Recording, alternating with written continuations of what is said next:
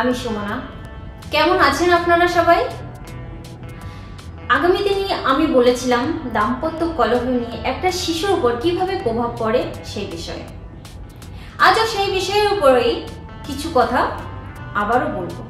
ধরা যাক দাম্পত্য কলহ বাড়তেই থাকলো, বাধ্য হয়েই শিশুটির মা শিশুটিকে নিয়ে তার বাবার বাড়িতে চলে গেল, কিংবা কোনো বাড়ি ভাড়া করে শিশুটিকে নিয়ে থাকতে শুরু করলো।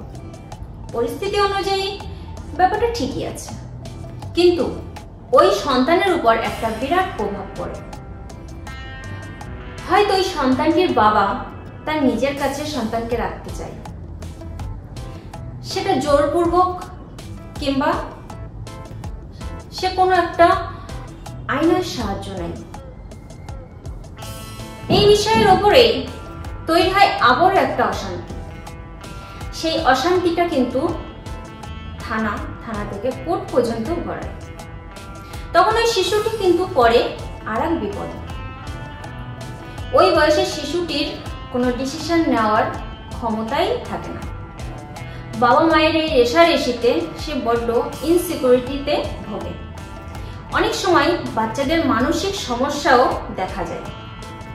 সেই কারণে একটা সুস্থ সমাজের পেছনে থাকে একটা দেশের শিশুরা কিভাবে গড়ে উঠবে। পারিবারিক আর্থিক অসুবিধা একটা সন্তানের কাছে কোনো প্রবলেমেটিক বিষয় নয়, কিন্তু একটা বাবা মায়ের খারাপ সম্পর্ক একটা শিশুকে ভীত ও সন্ত্রস্ত করে তোলে। তাই সকল প্যারেন্টসদের বলছি, দয়া করে আপনারা সম্পর্ক সঠিকভাবে টিকিয়ে রাখার চেষ্টা করুন।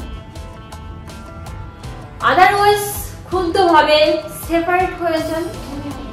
শিশুটিকে যে কোনো একজনের কাছে থাকতে দিন।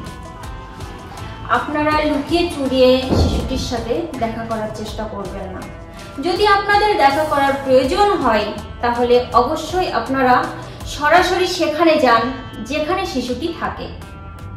তাকে জামা কাপড় দিন, তাকে আদর করুন, তাদেরকে গিফট দিন। আদারওয়াইজ চুরি করে আপনারা কখনোই শিশুটির সঙ্গে দেখা করবেন না। আপনারা একটু বোঝার চেষ্টা করুন, আপনাদের জন্য এই সমাজের শিশুরা ভয়ঙ্কর হয়ে উঠছে। তাদের উপর আপনারা প্যারেন্টস হয়েও মানসিক নির্যাতন করছেন। এগুলো বন্ধ করুন। অ্যাডজাস্ট করার ক্ষমতা রাখুন। যদি সেটা না পারেন দূরত্ব বাড়ান, কিন্তু একটা শিশুকে মানসিক নির্যাতন করবেন না। কথাগুলো আপনারা একটু ভালোভাবে শুনবেন, বুঝবেন।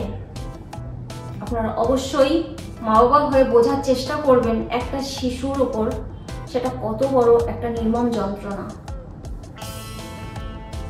প্লিজ আপনারা একটু বোঝার চেষ্টা করুন। আজ এ পর্যন্তই। আগামী দিন আবার দেখা হবে। নমস্কার।